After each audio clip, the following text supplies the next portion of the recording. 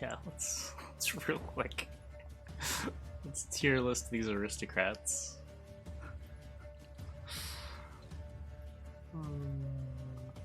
Create a Gwent aristocrats tier list. Let's zoom in a bit, make sure we see this. YouTube video? I don't know about that. Where can my face go? Here? I guess here is fine. Okay, so first up we've got Van Morlum Hunter, one of the premier 4P cards in Nilfgaard. Despite not trading particularly well with, well, anything, it is pretty cheap to include in your deck, and when it matters, when it comes up, the card is high value even if the trade isn't that exciting. I believe actually competitive. If Ball is going to continue seeing play after the next patch, Van Morlum Hunter will certainly be one of the cards that is played alongside of it. Emir. So this card hasn't been seeing a ton of play. I know last season, Senilian got to 26 something with an Emir variant, and a couple people played it in the qualifiers as well. That said, you kind of want to be playing a pretty specific shell around Emir. You really want, like, Impair Enforcers, and that's just not something Nilfgaard currently wants to do.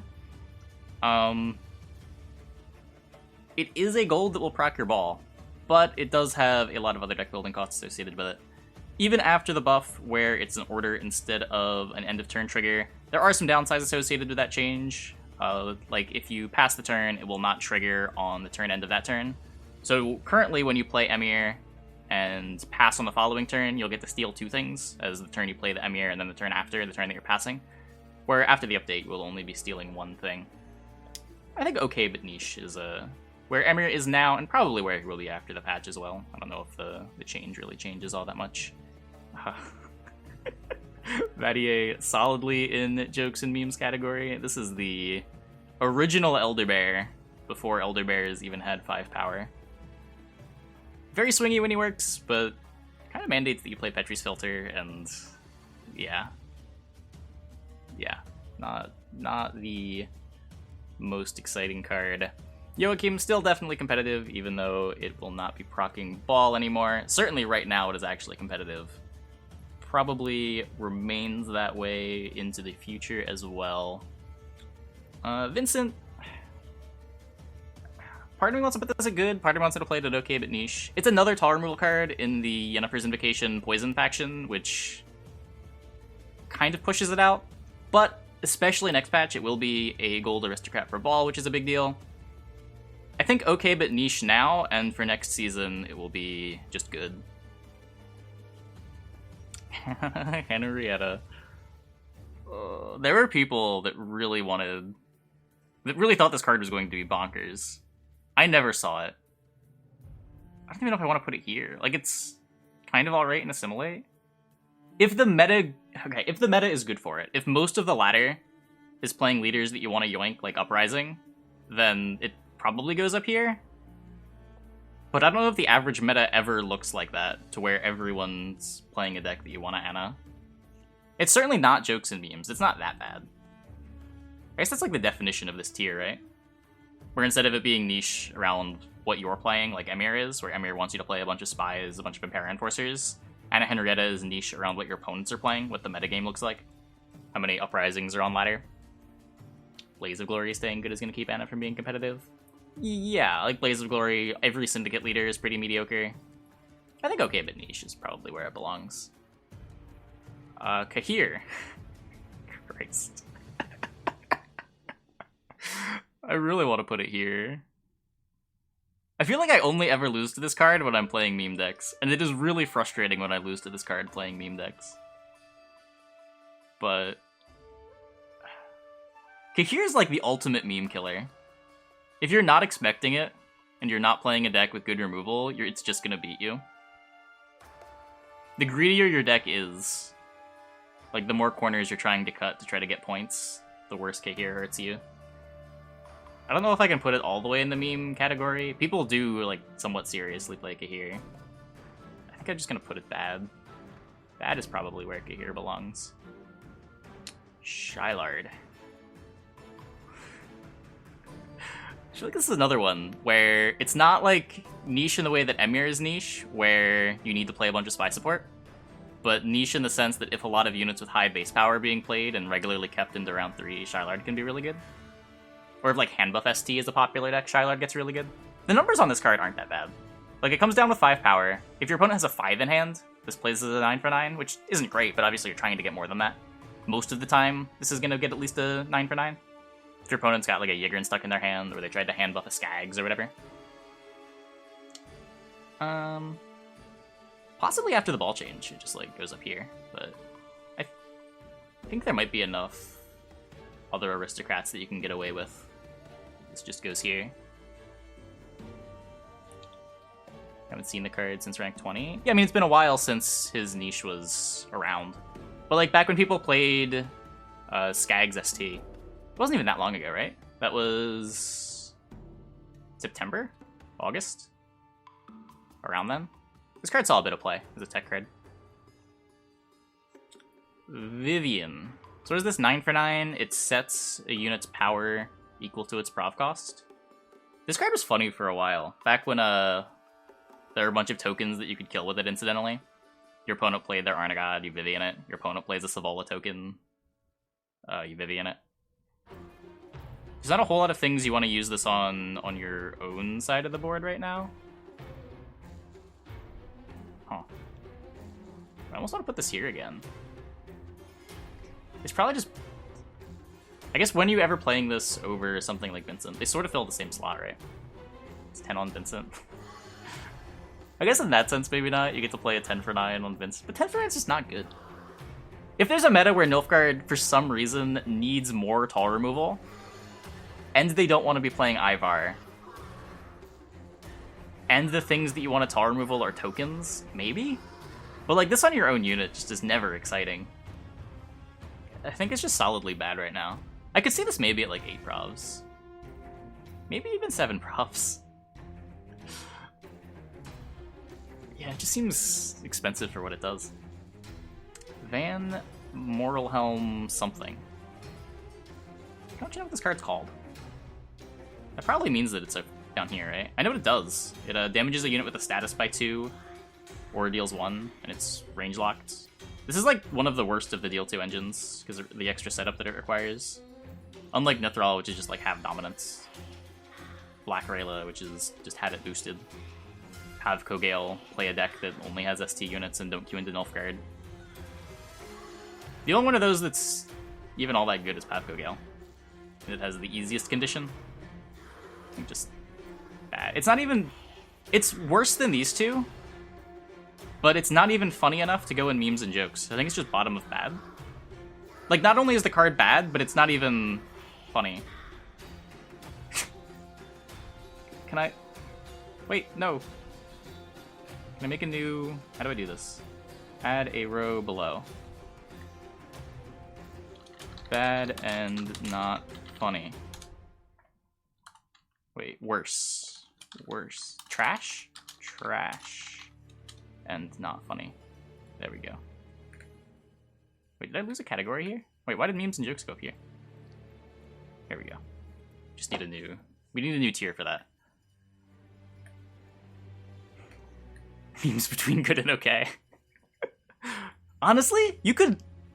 This is kind of valid. Because you can at least make an argument that Vadier has more reason to exist than stuff like this. Certainly more reason to exist than stuff like this. In a way, this is a worse tier than memes and jokes. I think this is correct. This is the better ordering of the tiers. Speaking of this tier, we have Albrick? Kalok? Kalok, who purifies your entire row. Then we have Fergus, who is one of the... This card's actually really good. 7 for 7, procs your Thirsty Dames 3 times, procs your Impair Enforcers, procs your Seditious Aristocrats. Make trash blue. There we go. But yeah, you just need to be playing a critical mass of those engines. And most of the Nilfgaard decks right now aren't doing that. If the ball change makes people go back to Thirsty Dame and they want to be Devotion anyway, so the Usurper is proccing their ball, I could definitely see this seeing play. You don't need a lot for this to be good. If If you play a Thirsty Dame, have your Dame from Ball, play this. It's playing for 13. I don't know if I want to put this in niche. This might just be good. I think this is less niche than Emir. It doesn't require quite as much deck building. But it does require that you play Devotion, which is sort of inherently niche. Hey, False Siri. I think with Lockdown, there's a case to be made that you can build a meme False Siri deck. Just try to get a bunch of operatives and swarm them, play Emir, steal back spies, boost them up with False Siri. I think this card has a reason to exist.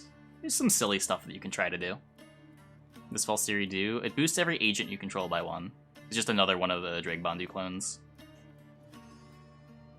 Remember Fergus being in a Thirsty Dame Ball deck? Yeah, a while ago. Like right after it first came out. We got Roderick, who is still actually competitive. I definitely put this above Joachim. This card's nuts. This is one of the best tutors in the game. It's 6 provs. Not only is it cheap, but like giving your opponent 2 points to have access to your gold is really low cost. Additionally, there's some upside in giving your opponent this body too, as you can sometimes tutor 2 golds with coup, turning your coup into a 9 provision tutor as well. Roderick's like secretly one of the best Nilfgaard cards. Not a whole lot to say about it. Thirsty Dame. Man. I feel like even now I put this like somewhat in here.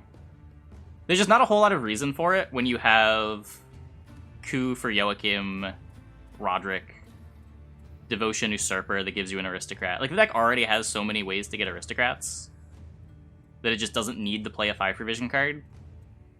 Certainly post-patch, I can see this moving up.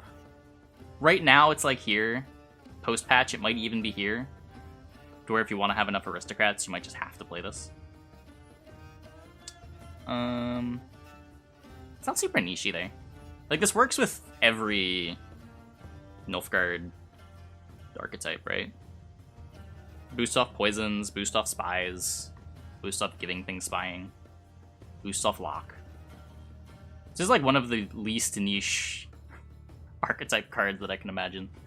This is very similar to like a Nausicaa Sergeant in terms of how often it boosts. Granted, it costs more, but boost off your opponent's cards. Would Seditious be better than Dame in an Emir list? Potentially. You'd have to play with it. Speaking of Seditious Aristocrats, I think Seditious Aristocrats is substantially more niche than Thirsty Dame. Even if the power might be a little bit higher, requiring exactly spies, not boosting off of poisons, not boosting off of locks, generally not boosting off of your opponent playing cards, is a pretty significant drawback, even if sometimes you'll be able to deploy it from your hand for like 7+ points. Like right below Emir. It's probably like equally tied in nicheness with Emir. Why is Shylard down here? I think Anna's more niche than Shylard. Let's keep that ordering, whatever.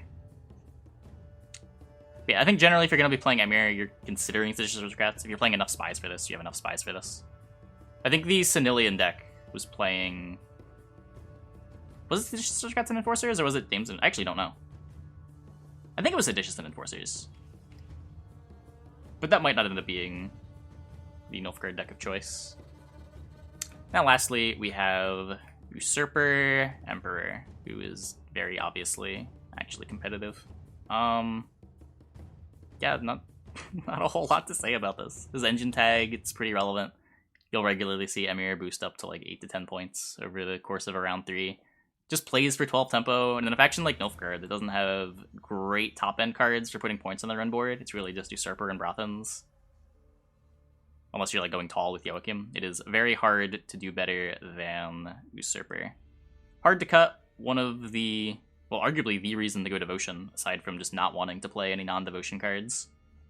Yeah, I could even see putting him over Joachim. I don't know. I think like Ku's existence puts Joachim here. If Ku didn't exist, it would be like this. But with Ku, I think it's this. Hunter feels out of place looking at the top tier. I mean, you can't just look at it as the card's power, right? You gotta take into account the opportunity cost. The cost of putting a Van Morlem Hunter in your deck is so low. Obviously, it's less powerful than all of these cards. It's honestly less powerful than both of these cards as well. But because it costs 4 provisions and is so much easier to justify including in your deck, I think it belongs here. But like, obviously, if Thirsty Dame was 4 power, it would be up here as well. Or 4 provisions would get there. If Seditious Aristocrats 4 provisions, it would probably be here. Despite how niche it is. It's just, like, that bit of being free is huge.